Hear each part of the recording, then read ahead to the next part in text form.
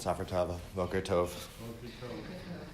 So there are days when I am walking into Minyan, especially, or to the building, especially during Elul. It's right at the end of Minyan, and I'm like going into the office, and I put my stuff down, and then I can hear through those doors, and through the doors to the rabbinic suite, and then through the door to my office, the shofar that's being sounded in here.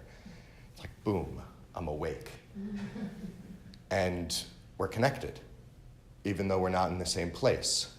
And even though we weren't actually part of the same kavanah, the same intention going into that moment, because I was dropping my kid off, or I was fighting through traffic, or whatever it was right up until that moment, and everybody in this space was actually davening, like with the siddur in their hands. The reason I thought of that is because the halacha around the covenant connection that exists between the one who is sounding the shofar and the one or the ones who are hearing the shofar is necessary. And the Shulchan Aruch, the Talmud, everybody's pretty clear about this. Ad sheit kaven shomea v'mashmiya. Until both have the intention of being part of the obligation, neither can fulfill. So the person sounding the shofar has to have the intention of sounding the shofar on behalf of the mitzvah for those who are present, and the people who are present have to pay attention to the sound of the shofar with the intention they are there to hear the sound of the shofar to fulfill their obligation, to be awoken by that particular sound. There's a connection that exists based on what's happening inside of us, not only what's happening outside of us. But it even goes a step further.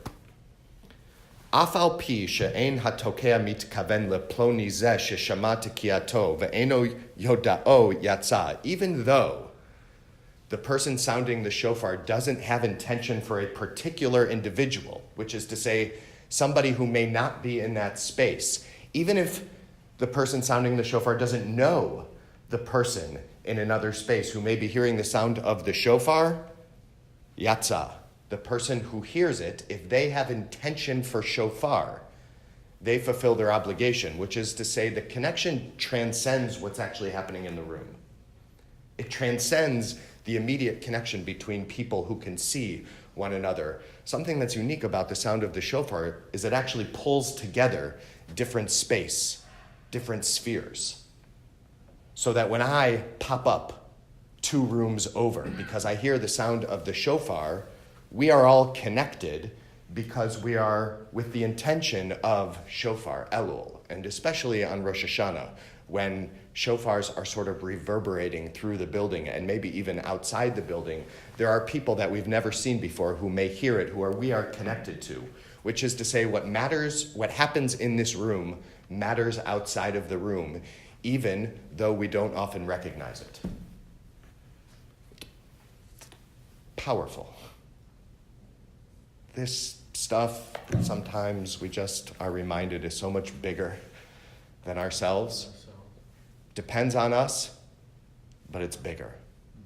And the shofar is the quintessential voice of that transcendence, of that connection that exists between the way in which we produce sound, hear sound, and how it motivates us in the world. And so this morning, as we hear the sound of the shofar, which we're going to do now, let it be a call not only to what's happening inside of your own heart, but a connection to what may be happening inside of somebody's heart who's not in this space. And know that it's true. That feeling is true. Let's stand for shofar.